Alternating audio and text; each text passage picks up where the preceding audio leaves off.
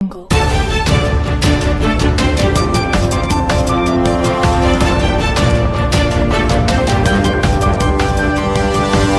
Audio Jungle.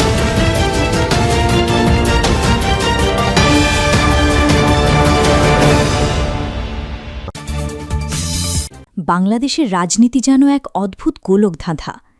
বাইরে থেকে দেখলে মনে হয় প্রতিপক্ষরা একে অপরের বিরুদ্ধে তীব্র যুদ্ধ করছে, কিন্তু ভেতরের করিডরে যেন অন্য এক বাস্তবতা।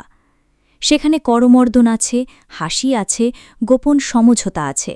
আর সেই কারণেই সাধারণ মানুষের মনে আজ সবচেয়ে বড় প্রশ্ন, রাজপথের রক্ত ঝরে কেন? কেন প্রতিবারই জনগণের আশা ব্যবহার হয় ক্ষমতার নতুন খেলায়?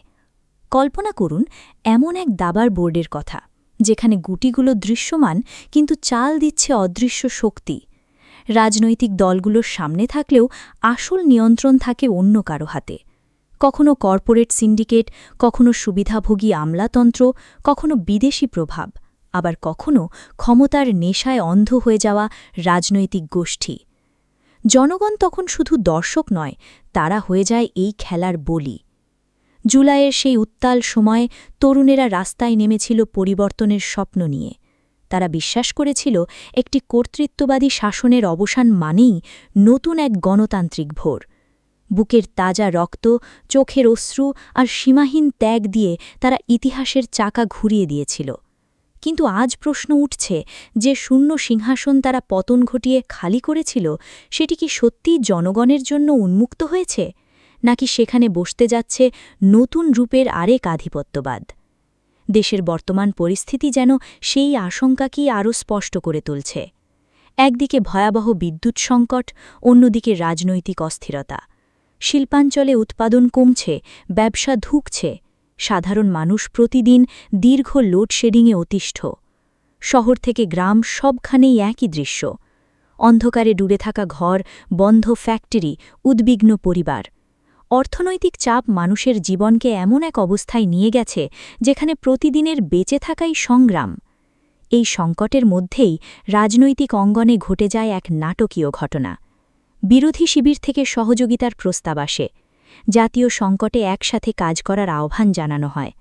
বাহ্যিকভাবে এটি ছিল দায়িত্বশীল রাজনীতির পরিচয়, কারণ গণতন্ত্রে বিরোধী দল শুধু সমালোচক নয়, প্রয়োজনে রাষ্ট্রের অংশীদারও। কিন্তু প্রশ্ন হল, এই সহযোগিতা কি সত্যিই জনগণের স্বার্থে ছিল, নাকি এর আড়ালে ছিল আরও গভীর কোনো রাজনৈতিক হিসাব? সরকার দ্রুত একটি যৌথ সাংসদীয় কমিটি গঠন করে। সরকার ও বিরোধী দলের সমান প্রতিনিধিত্ব রাখা হয়। প্রচার করা হয় যে জাতীয় সংকট মোকাবিলায় সবাই একসাথে কাজ করবে। সাধারণ মানুষও প্রথমে আশার আলো দেখেছিল। তারা ভেবেছিল অন্তত বিদ্যুৎ ও জ্বালানি খাতের দুরবস্থার সমাধান হবে। কিন্তু বিশ্লেষকদের অনেকে শুরু থেকেই সন্দেহ প্রকাশ করেন, কারণ বাংলাদেশের জ্বালানি খাত শুধু একটি প্রশাসনিক ক্ষেত্র নয়, এটি বহু বছর ধরে বিশাল অর্থনৈতিক স্বার্থের কেন্দ্র। বিগত বছরগুলিতে এই খাত ঘিরে তৈরি হয়েছে শক্তিশালী ব্যবসায়িক সিন্ডিকেট। বিদ্যুৎ উৎপাদন, আমদানি, জ্বালানি সরবরাহ সবকিছুতেই গড়ে উঠেছে প্রভাবশালী গোষ্ঠীর আধিপত্য। অভিযোগ রয়েছে অস্বচ্ছ চুক্তি ও দুর্নীতির মাধ্যমে হাজার হাজার কোটি টাকা হাতিয়ে নেওয়া হয়েছে। ফলে যে কোনো সরকার ক্ষমতায় এলেই এই সিন্ডিকেটের চাপের মুখে পড়ে। প্রশ্ন উঠছে, বর্তমান প্রশাসনের কি আদৌ সেই সাহস আছে এই প্রভাবশালী চক্র ভাঙার? সমালোচকদের মতে সরকারের কর্মকাণ্ডে সেই সদিচ্ছার স্পষ্ট প্রমাণ দেখা যাচ্ছে না, বরং সংকট নিরসনের বদলে সময়ক্ষেপণ এবং নীরবতা বেশি চোখে পড়ছে। জনগণ যখন বিদ্যুৎ সংকটে ক্ষুব্ধ, তখন সরকার যেন ব্যর্থতার দায় ভাগাভাগি করার পথ খুঁজছে। আর এখানেই আসে সেই তথাকথিত ডাবল গেমের অভিযোগ। অনেকের মতে যৌথ কমিটির মূল উদ্দেশ্য ছিল না সংকট সমাধান, বরং রাজনৈতিক দায় ভাগ করে দেওয়া। সরকার খুব ভালো করেই জানত যে দ্রুত পরিস্থিতির উন্নতি সম্ভব নয়, তাই বিরোধী দলকে সম্পৃক্ত করলে জনগণের ক্ষোভের একটি অংশ তাদের দিকেও যাবে। ভবিষ্যতে যদি পরিস্থিতি আরও খারাপ হয়, তাহলে সরকার বলতে পারবে, এটি শুধু আমাদের সিদ্ধান্ত ছিল না, সবাই মিলে করা সিদ্ধান্ত। এই রাজনৈতিক কৌশল হয়তো সাময়িকভাবে লাভজনক মনে হতে পারে, কিন্তু এর দীর্ঘমেয়াদী প্রভাব ভয়াবহ। কারণ এতে জনগণের রাজনৈতিক আস্থাই ধ্বংস হয়। মানুষ বিশ্বাস হারিয়ে ফেলে যে কোনো দল সত্যিই তাদের জন্য কাজ করছে। তখন গণতন্ত্র দুর্বল হয় আর শক্তিশালী হয় চরম হতাশা। সংসদের ভেতরে যখন ঐক্যের ছবি দেখানো হচ্ছিল, তখন বাইরে রাজপথে পরিস্থিতি অন্যদিকে মোড় নিতে শুরু করে। বিভিন্ন জায়গায় সংঘর্ষ, হামলা এবং প্রত্যাহামলার খবর সামনে আসে। বিশেষ করে ছাত্র রাজনীতিকে ঘিরে উত্তেজনা দ্রুত বেড়ে যেতে থাকে। দীর্ঘদিন একসাথে আন্দোলন করা গোষ্ঠীগুলোর মধ্যেও অবিশ্বাস তৈরি হতে থাকে। বিশ্ববিদ্যালয় ক্যাম্পাসগুলো আবারও রাজনৈতিক সংঘর্ষের কেন্দ্রে পরিণত হয়। ইতিহাস বলে, বাংলাদেশের বড় রাজনৈতিক পরিবর্তনের সূচনা প্রায়ই হয়েছে ছাত্র সমাজের হাত ধরে। তাই যে কোনো সরকারি ক্যাম্পাস নিয়ন্ত্রণকে অত্যন্ত গুরুত্বপূর্ণ মনে করে।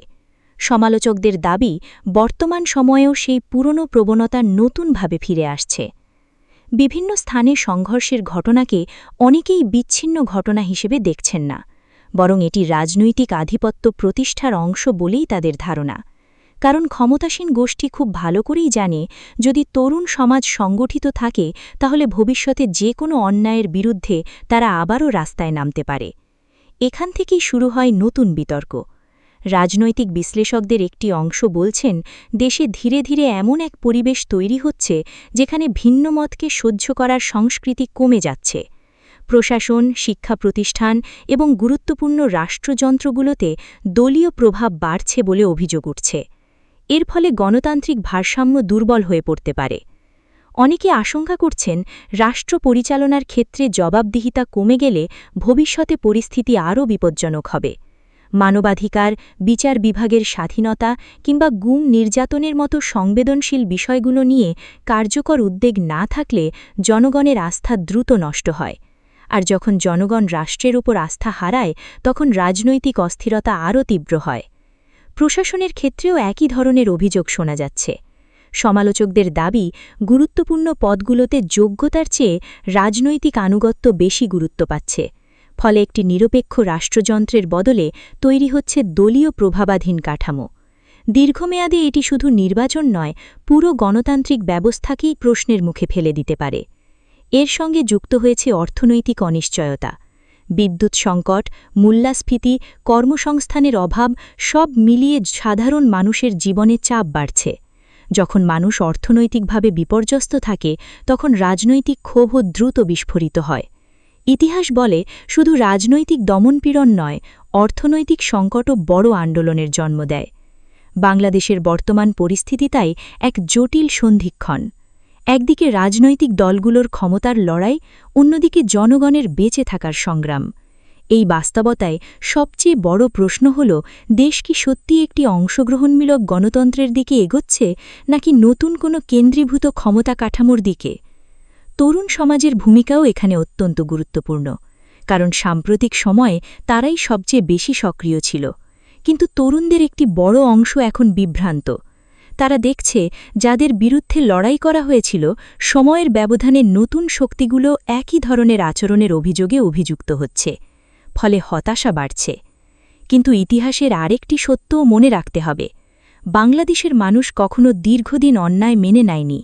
ভাষা আন্দোলন থেকে শুরু করে স্বাধীনতা যুদ্ধ, স্বৈরাচার বিরোধী আন্দোলন থেকে গণ অভ্যুত্থান, প্রতিটি গুরুত্বপূর্ণ মুহূর্তের জনগণই শেষ কথা বলেছে।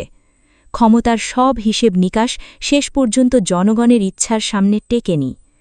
আজকের রাজনৈতিক বাস্তবতায় তাই সবচেয়ে বেশি প্রয়োজন স্বচ্ছতা, সহনশীলতা এবং জবাবদিহিতা। বিরোধী দলকে শত্রু মনে করলে গণতন্ত্র টেকে না। আবার ক্ষমতায় যাওয়ার জন্য হিংসা বা ভয়ভীতি ব্যবহার করলেও স্থায়ী স্থিতিশীলতা আসে না। রাষ্ট্রকে যদি সত্যিই শক্তিশালী করতে হয়, তাহলে প্রতিষ্ঠানগুলোকে দলীয় নিয়ন্ত্রণের বাইরে রাখতে হবে। জ্বালানি সংকট মতো জাতীয় সমস্যাগুলোরও রাজনৈতিক ব্যবহারের বদলে বাস্তবসম্মত সমাধান দরকার। দুর্নীতিগ্রস্ত চুক্তি পর্যালোচনা, স্বচ্ছ নীতিমালা এবং জবাবদিহিতামূলক প্রশাসন ছাড়া এই সংকট কাটানো সম্ভব নয়। জনগণ এখন আর শুধু প্রতিশ্রুতি শুনতে চায় না, তারা ফলাফল দেখতে চায়। বাংলাদেশের ভবিষ্যৎ আজ অনেকটাই নির্ভর করছে রাজনৈতিক নেতৃত্বের সিদ্ধান্তের উপর। তারা কি প্রতিশোধ এবং আধিপত্যের রাজনীতি থেকে বেরিয়ে আসতে পারবে, নাকি আবারও দেশকে বিভক্তির দিকে ঠেলে দেবে? এই প্রশ্নের উত্তর এখনও স্পষ্ট নয়।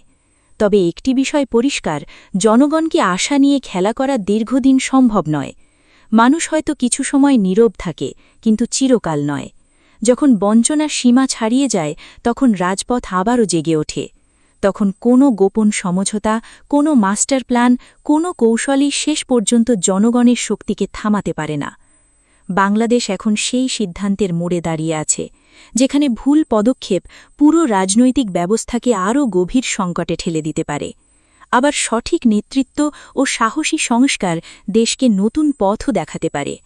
এই লড়াই কেবল ক্ষমতার নয়, এটি রাষ্ট্রের ভবিষ্যৎ, গণতন্ত্রের ভবিষ্যৎ এবং মানুষের অধিকার রক্ষার লড়াই।